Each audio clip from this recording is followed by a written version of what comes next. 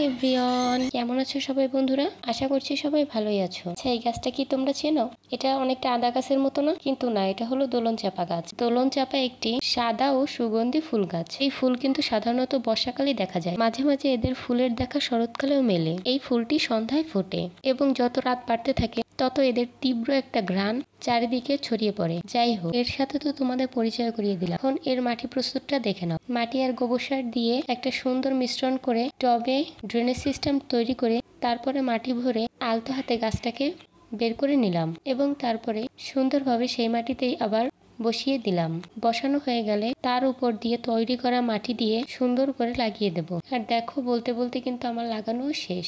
আমার মতো তোমাদের কার কার কাছে এরকম দোলন চাপা ফুল গাছ আছে তা কিন্তু আমাকে অবশ্যই কমেন্ট করে জানিও।